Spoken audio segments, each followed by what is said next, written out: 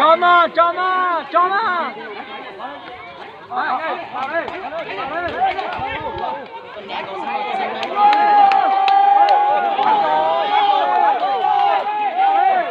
我说其他几个人那个。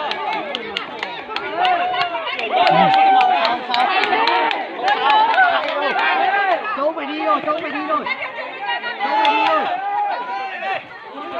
Dạ là số 9 là cái nào?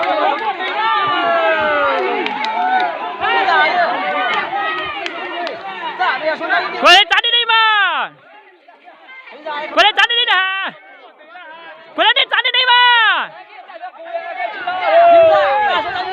Ông ơi, không được là thế. 2 ông ra 2 ông à, đang ông thôi rồi. 2 tỷ mà mình cho 2 tỷ mà. 2 tỷ ông nữa chứ này. 2 ông tỷ đấy ra. Mình cho 2 tỷ mà bên chùa đó. Mình cho ăn trộm à. Mình cho 2 tỷ chứ có số đây, mình chùa đã. 2 tỷ chứ cái ông này. Hai đứa có tí nè. Đây.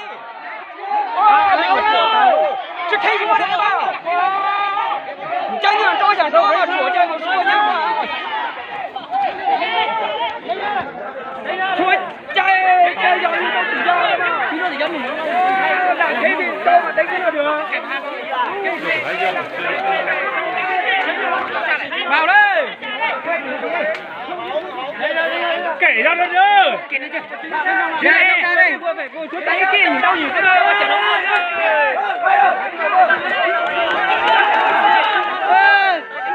Trời ơi, chết tổ này.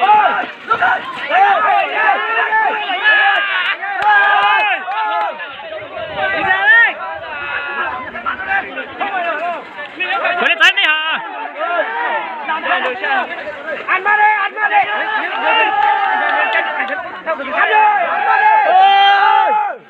Ăn đi. Ăn đi, ba lên. Rồi.